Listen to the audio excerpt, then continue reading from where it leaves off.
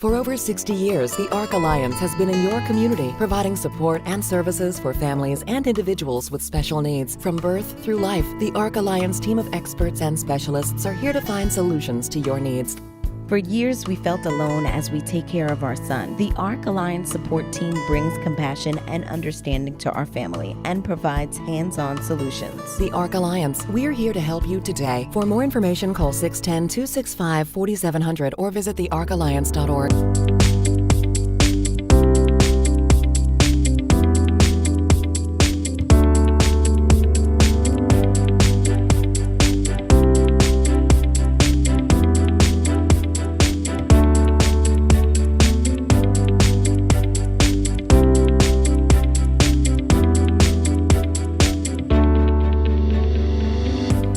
Welcome to the ARC Alliance's Bridges in the Community. My name is Nikki Krelovich, and I'm the Executive Director of the ARC Alliance Foundation. Today, I'll be your host, and we will have a discussion with Paul Stengle, the CEO of the ARC Alliance. But before we begin, let me give you a little bit of history about the ARC Alliance. The ARC Alliance was established in 1951 by a group of concerned parents, and today we remain a family-focused charitable organization that provides a variety of support and services to individuals and their families.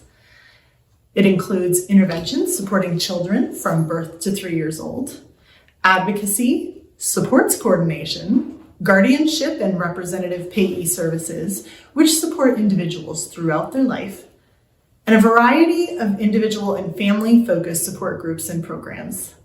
In addition, the ARC Alliance is a great resource for support on a wide range of issues and concerns.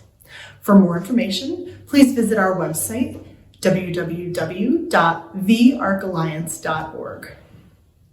I'm frequently asked how a person or a family can get more involved, and the simple answer is to become a member. Simply go to our website and use the contact form for additional information. Today, we are joined by Paul Stengle. Welcome, Paul. Thank you for joining us today. I'm delighted to be here. We're excited to learn about the legislative issues that are important to the ARC Alliance. Can you tell us a little bit about the 4 legislative issues that you're addressing with the legislature for 2022? Sure. The first is the waiting list. There is approximately 12,000 people waiting for services in Pennsylvania. A little over 5,000 of them need services today. It's called the emergency list. And the critical list are people that will need services within 2 years, and then there's the planning list, which people are planning for placement but don't need placement at this time.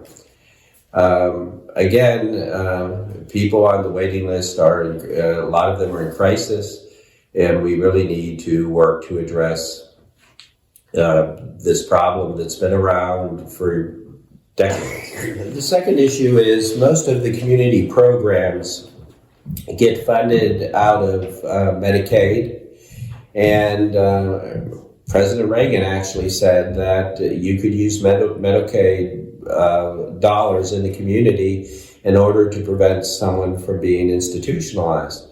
And as a result of that, the state has tried to operate as many programs having the federal match and the state match. We need a substantial increase in community programs to address the retention and recruitment issues of staff. The best way to get that would be to increase the state funding, but have that funding matched with federal funding. And we're trying to get the state and the federal government to agree to increasing the funding so that we can pay direct care staff a living wage. Our next issue that we're working on is we're trying to close state centers. There are only 4 state centers left in Pennsylvania, and 2 of them are supposed to be closed in the next year or 2. We know that people do better in the community than they do in institutions. We know that community services are less expensive. But the main issue is we believe it's a violation of your rights to put you in a faraway rural institution because you have IDD. Clearly, you don't need the institution. You'll do better in the community. And people with developmental disabilities, when they are given a choice, they understand, choose to live in the community over the institution. And our last issue has to deal with guardianship rates. If you do not have assets, the ARC needs to generally do guardianship services for nothing. If you're in a nursing home and you have no assets but you have income, we get to charge $100 a month for that care. Presently, it costs us about $300 a month, and the $100 rate was set in 1988. Wow. So I don't know how you continue to provide services for more than 30 years at the same rate. The state has not addressed the problem, and it is getting increasingly more difficult for the courts to find guardians when there is no family or friends available to take that role. So that is our 4 issues. Those are great and very important issues for sure. You talked about state institutions. Many parents who have children in state institutions would like to keep their children there. Why do you hold the position that no person with a developmental disability should be placed in a state institution because of their IDD? Well, we certainly understand the parents' point of view. Most of the people in institutions have been there for decades. And when the parents placed their child, most of the time, a doctor recommended placement. There were no community services available, and we didn't have options. I can tell you, once you get a service for your child, if it seems to work out, you don't want to change it. Right. We did the first with litigation on closing a state center and had a state center close, which was Pennhurst. We weren't sure of a lot of things, but we did studies, and when we found out that about 10% of the parents wanted community when their child was in an institution, and about 90% wanted their child to stay in the institution. After we placed them, we came back and asked them, and 90% of the parents wanted to keep in the community, and 10% said they would like to go back to the institution. So we know that parents were told to place their child. They like the institution for a number of reasons. One is there's a permanency, and a lot of parents are asking the question of what happens when I die. And a lot of parents believe, and I think it correctly, that there's permanency in institutions. As I said, we've been closing institutions since the 70s, and I think in another few years there will not be any state centers. But the major reason we support the closure, it's a human rights issue. People with IDD do not have to be secluded, don't have to live in a rural area on a campus where they may be on locked wards, sharing dorms with 16 other people with disabilities. We know, and there have been numerous studies on it, that individuals do much better in the community. They learn much more in the community, and their bad behavior diminishes when they're in the community. Wow. And there's probably been over 30 studies because of litigation. They usually do a study with it to substantiate that people do better in the community. So for us, even if it costs more, which it doesn't, and we would want people to be included in the least restrictive environment, and that is not an institution. That is in the community that they choose to live in. Got it. So can you talk then about the reasoning why many states have decided to close their state-run institutions? as I said, I think there have been at least 50 litigations to close state centers. I think they have all been successful.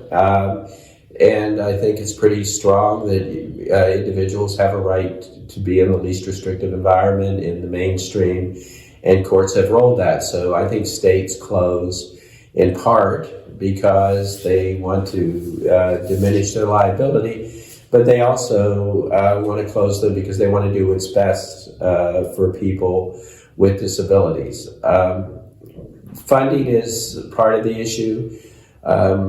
State institutions are costing over $500,000 a year. If you get the same services you get in an institution, you're probably under $200,000. Okay.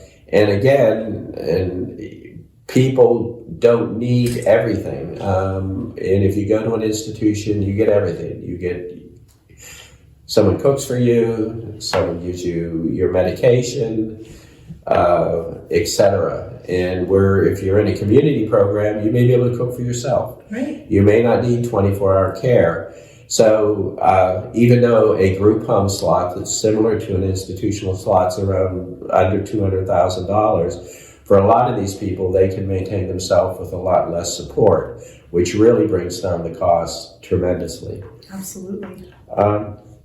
But I think also the states are faced with a major maintenance problems on the institutions. Mm-hmm. A lot of those institutions are 100 years old.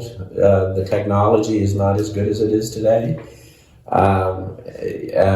Those institutions have to provide water, storage, everything that the clients on the institution needs, and that's a big lift.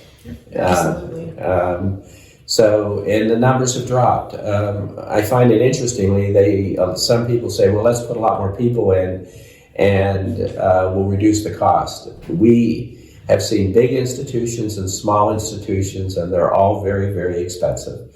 I don't know that making it bigger would drive down the average cost, but in fact, I think there's data out there that bigger can be more expensive because you have to add more things the bigger you are. Right. More staff the bigger you are. But again, I think it's just a matter of time. Before 1970, it was clear if you needed a residential placement, you didn't have family, you went to an institution.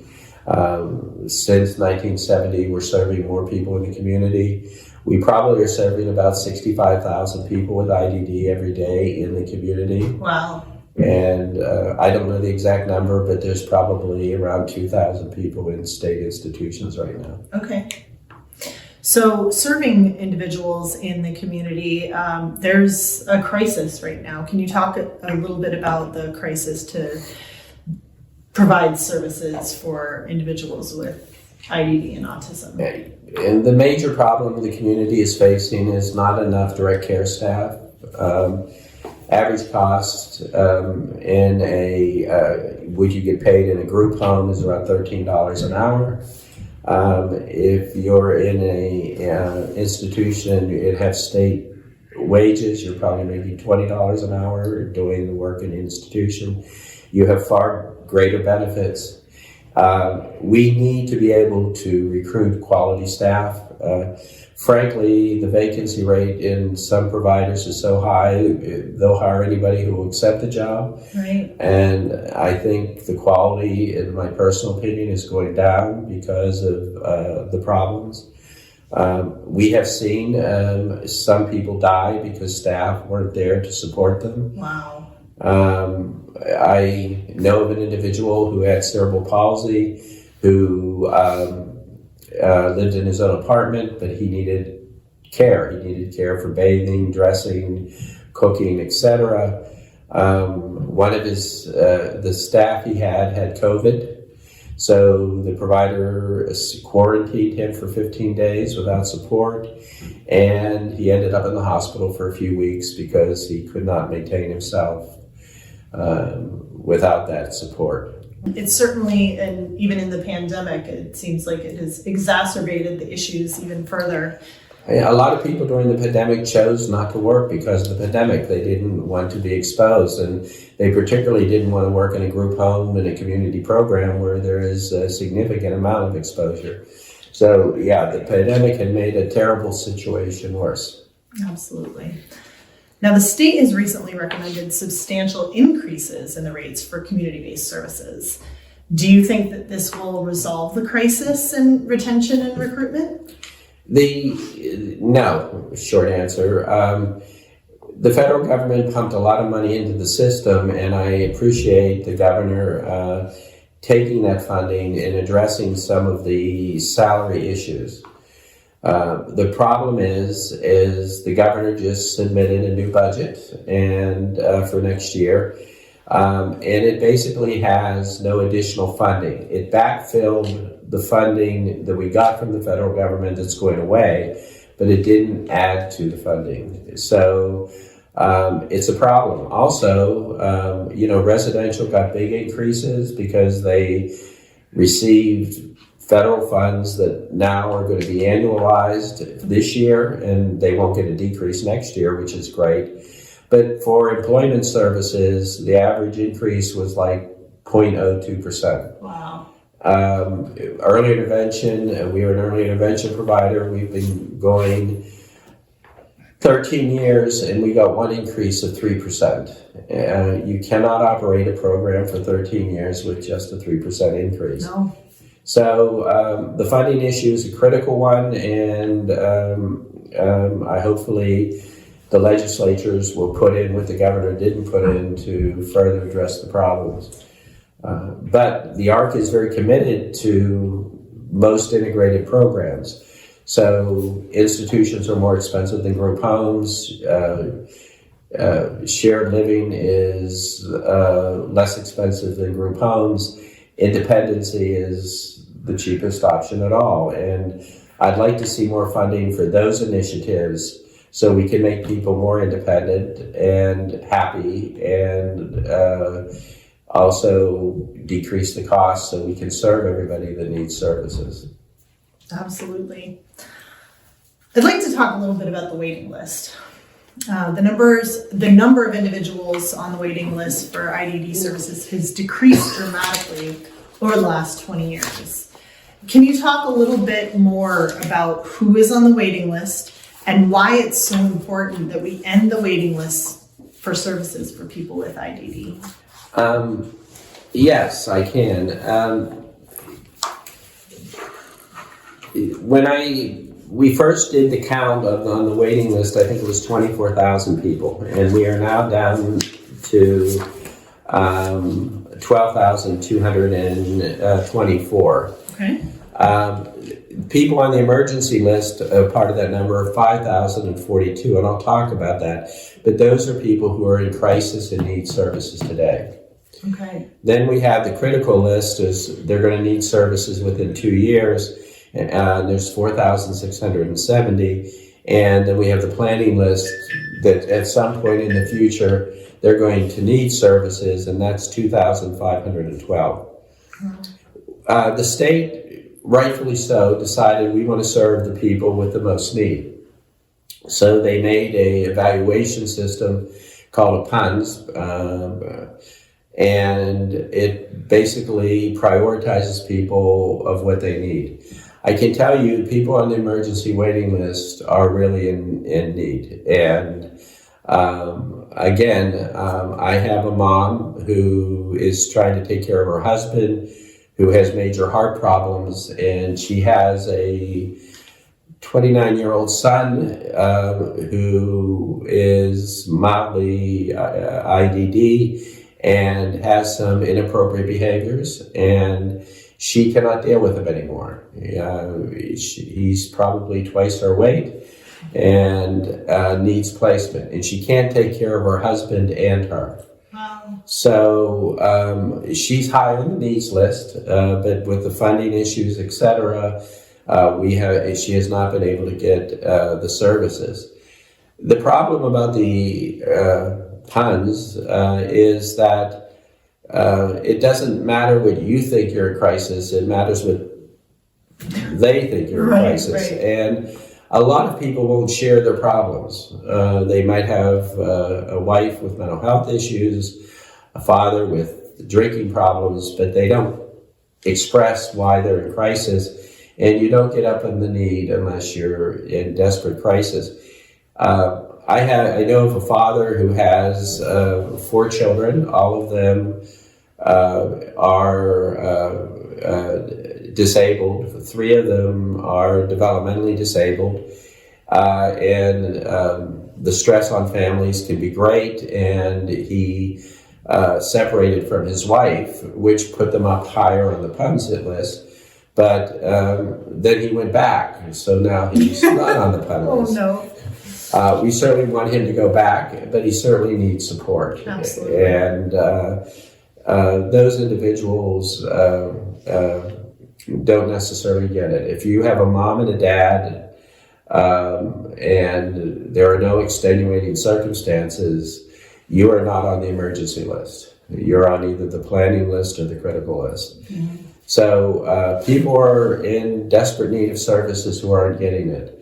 And if you want to, I have had issues where a person with Down syndrome was walking around Norristown. We didn't know his ID. We didn't know where he was from. He sort of indicated he came in on the bus. Now he's on top of the list. And we didn't want to put him in a shelter, so we worked very hard to find him temporary housing. And later we found permanent housing. Those are the people who are on the top of the list, the people who are in crisis. You have a mom who's taking care of you, you come home and mom passed, you become top of the list. Okay. But again, if you're just having marital problems and stress and unemployment and dealing with all that and need help, you're not going to get to the top of the list.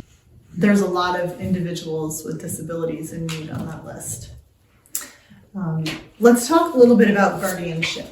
Recently, the Supreme Court has increased the rules that apply to guardians in Pennsylvania. Can you talk about some of those changes, and can you indicate whether the ARC Alliance supports the changes or not? I appreciate the Supreme Court increasing the responsibility of guardians.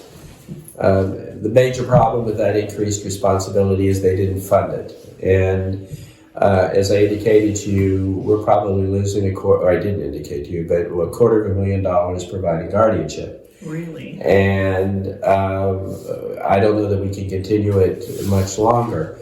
The state, Pennsylvania, has not addressed the guardianship of indigent people. If you have assets, there's a lot of guardians that will serve you. A lot of attorneys will serve you as a guardian and charge you a lot of dollars. If you don't have a lot of assets, frankly, the courts refer them to us because we're a not-for-profit, and that's what we're supposed to do.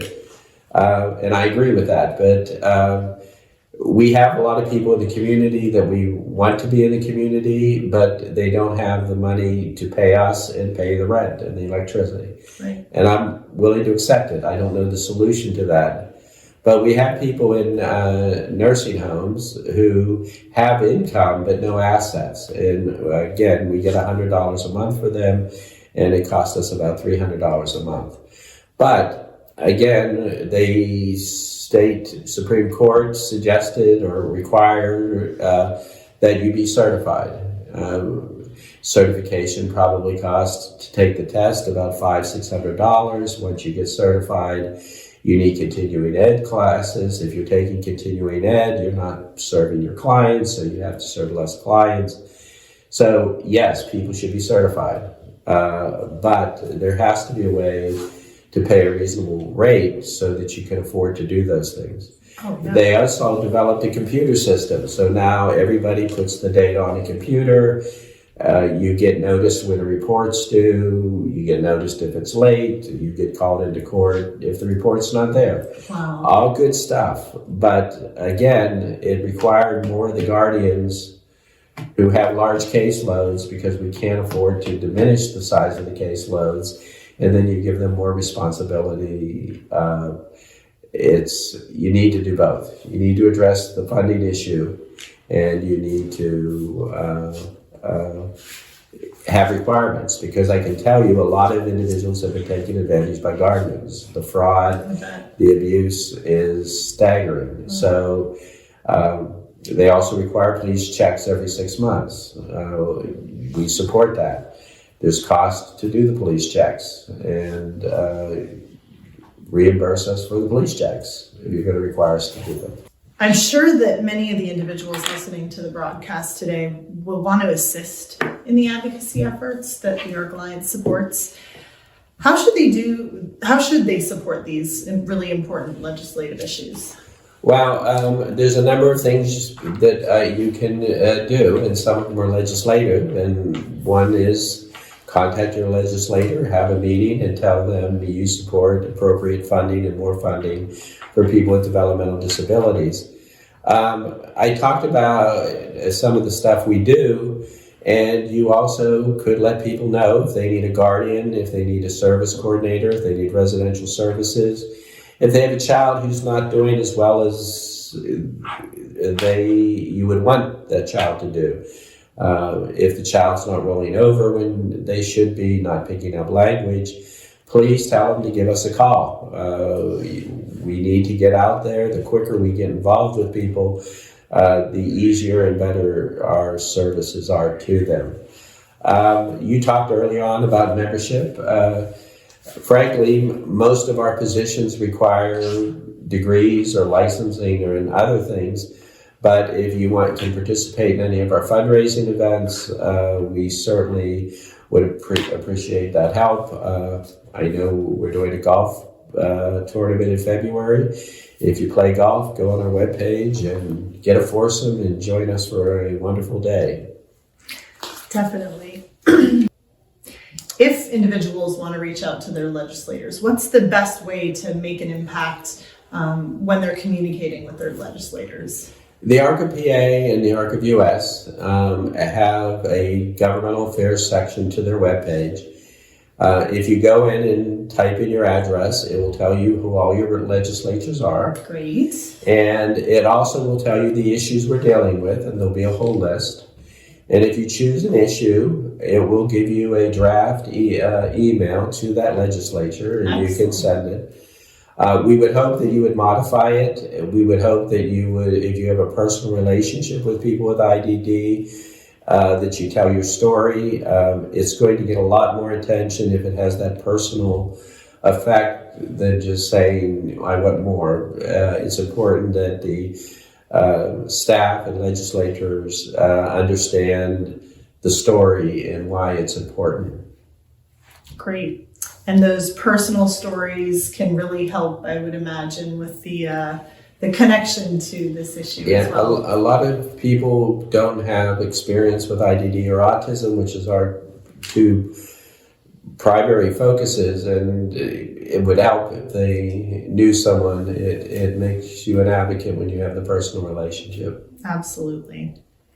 Individuals who want to do more and to help the ARC Alliance and help individuals with developmental disabilities, they can call their legislators, they can donate to the ARC Alliance, they can become a member of the ARC Alliance and share their stories. There's a lot of different ways that they can really help with our advocacy. And we do have some activities. I run a father group on 2 Saturdays, and it's for parents who have children with IDD. And if you want to join that, please do. You also can give me a call if you have an idea, something you'd like to do, and if possible, we'll support you in what you want to do. My phone number is 484-868-0443. Paul, this has been great. We've learned so much about the legislative issues that the ARC Alliance supports. Is there anything else that you want to make sure our viewers know today before we sign off? The ARC is a parent-driven organization for parents, and if you're a parent, please visit our webpage, become a member so we can provide the support that you need. Excellent. Well, thank you very much for being with us today. Thank you for joining us today. I hope it was an informative and beneficial program. I know it definitely was for me. If you're interested in getting involved, like Paul said, please visit our website at www.thearcalliance.org. You can learn more about how to get involved, ask questions, and help us achieve our mission of full inclusion. Thank you very much, and we look forward to being with you again next month.